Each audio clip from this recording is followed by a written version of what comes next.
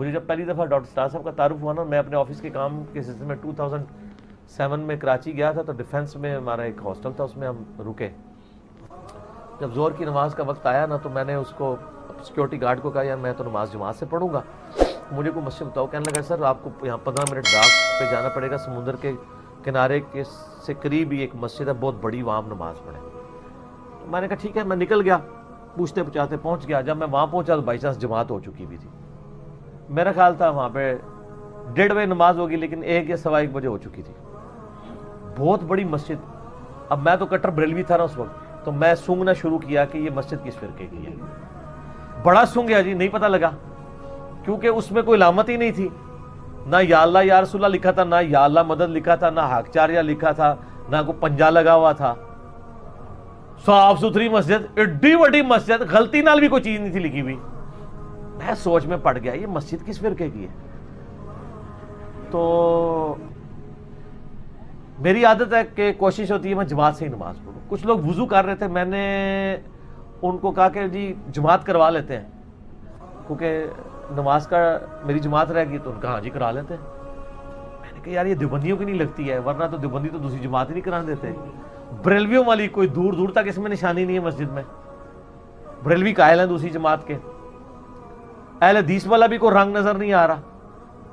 نماز پڑھائی فارغ ہوا، میں نے کسی سے پوچھا یہ مسجد کس کی ہے؟ ان کا جی یہ ڈاکٹر اسرار صاحب کی جو جماعت ہے تنظیم اسلامی قرآن اکیڈمی والوں کی یہ مسجد ہے، تو اتنے سارے فرقوں کے لوگ آتے ہیں، اس میں کوئی اس طرح کی ریسٹرکشن نہیں ہے.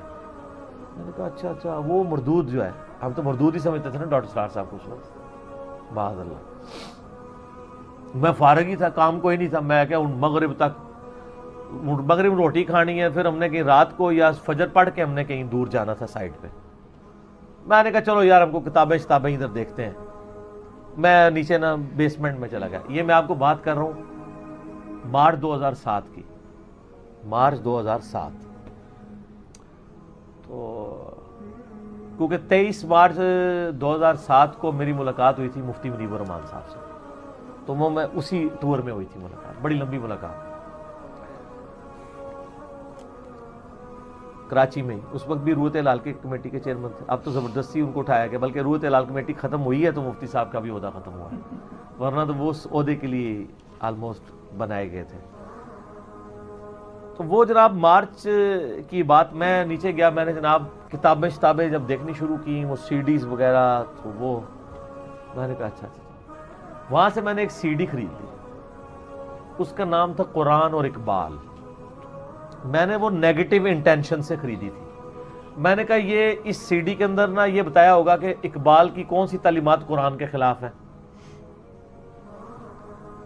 تو میں یہ سمجھ رہا تھا کہ میں کوئی ڈاکٹر اقبال کا زیادہ سگا ہوں. مجھے نہیں تو پتا تھا کہ ڈاکٹر اسرار صاحب تو اقبال کو ایک آئیڈیل طور پہ مانتے ہیں، پولیٹیکل ایک سٹرگل کے اندر. خیر میں نے وہ سی ڈی لے لی. سر اس ایک لیکچر نے میری لائف بدل دی قرآن کی طرف. جب میں نے آ کے وہ سنی نا، تو مجھے پہلی دفعہ احساس ہوا کہ سب سے پہلے تمہیں قرآن پڑھنا چاہیے پری ڈیٹرمنڈ رزلٹس کے بغیر. تو میں نے قرآن پڑھنا شروع کیا، تو آہستہ آہستہ میرے عقیدوں کی اصلاح ہوئی. میں ڈاکٹر صاحب کے پاس گیا، دستبوسی کی، ان کو بتایا بڑی ڈیٹیل. 2 دفعہ میری ان کی بڑی لمبی ملاقات ہوئی، بڑی شفقت فرمائی. تو میں نے کہا ڈاکٹر صاحب آپ کی وجہ سے اللہ تعالیٰ نے ہمیں ہدایت دی ہے. ڈاکٹر صاحب کی آنکھوں میں آنسو آ گئے. انہوں نے کہا بیٹا آپ اللہ کا شکر ادا کریں، اللہ تعالیٰ نے آپ کو بہت بڑی دولت دے دی ہے، توحید کی دولت. الحمدللہ.